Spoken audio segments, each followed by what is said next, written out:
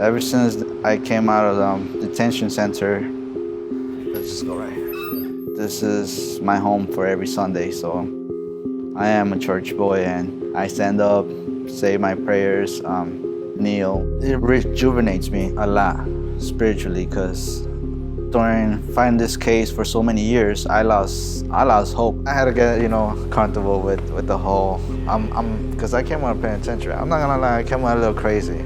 Luis Vicente Pedrote-Salinas spent 6 months in immigration detention after federal agents raided his parents' home in Chicago and arrested him in 2011. It was 1 a.m. in the morning. I was already ready for sleep for the next day of work. For some reason, they had assault rifles. I just thought that I was gonna be let go, just like in 1 day jail cell or something like that. Something random, something not right.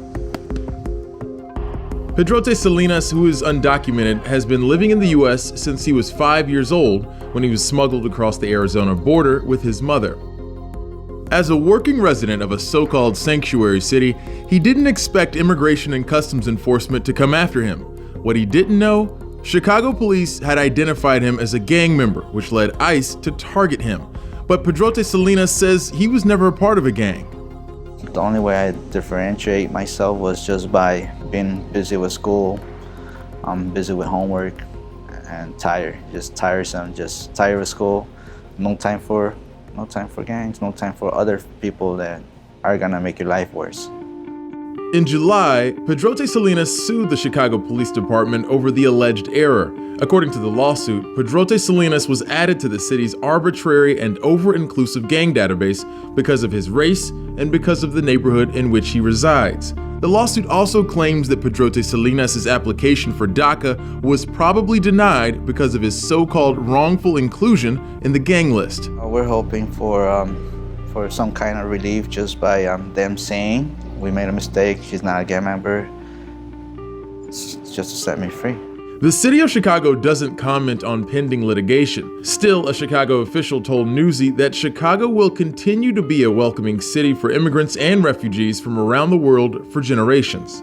In most cities, gang members are involved disproportionately in violent crime, in particular shootings and homicides. That's most certainly the case in Chicago. So police having specialization in different strategies for identifying gang members certainly is state-of-the-art, efficient police work. This isn't anything new. Gang databases are used by law enforcement as intelligence across the U.S. and at all levels of government.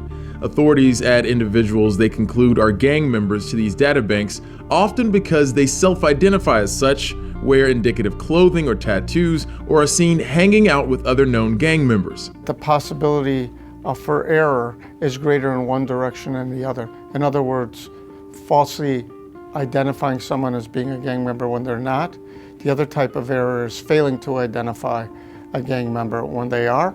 It isn't you are a gang member or you're not a gang member. It's degrees of membership, with some hardcore all the way to some aspirants, wannabes at the fringes, and even beyond the fringe, people who grew up in the neighborhood who know one another. Concerns over inaccuracies and lack of oversight of gang databases are not limited to Chicago. After a 2016 audit of California's gang database found it heavily flawed, Governor Jerry Brown signed a bill to increase public accountability and to let individuals challenge their inclusion.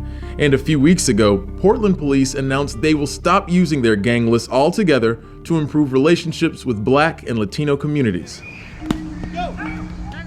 I saw stars, beautiful stars. The night, I finally saw the night.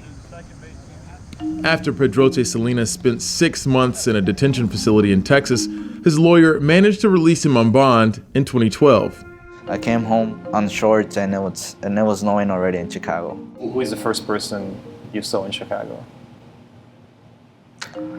My little brother sleeping. My little brother was there. The plan was just to get another lawyer, beat the case, and live life. I didn't think it was gonna last like 6 years. I didn't know it was gonna take that much time, that much money, that much pressure in my head, you know. Like every day I woke up thinking that I was a criminal, you know, feeling like I was a criminal because I was being treated like a criminal. As Pedrote-Salinas is fighting via the lawsuit to get himself off the CPD gang database, his chance to remain in the country will be determined during his next immigration hearing in August of 2018. Your seat is back there. Who sits up front? Faced with the reality that he could one day be deported, Pedrote-Salinas turned to his local priest for mental support. Yeah, I just come by myself. I don't bother anybody. Just, Right in here? yes. Well, come on, let's have a seat then. I got a fresh view. Yeah. I got fresh air. We opened up the windows. The Yeah. AC is right there. This church brought me back into shape, and I love this church. All this time, all this fighting is, you know, you might lose, and you're not gonna win. You're still gonna get deported. And when I broke down, you know, he helped me up a lot. He brought me back up. He always kept telling me, there is people that lose hope, but we'll help you. We'll protect you. And he kept his word. And from bad news to good news, I'm just trying to live my life, be happy,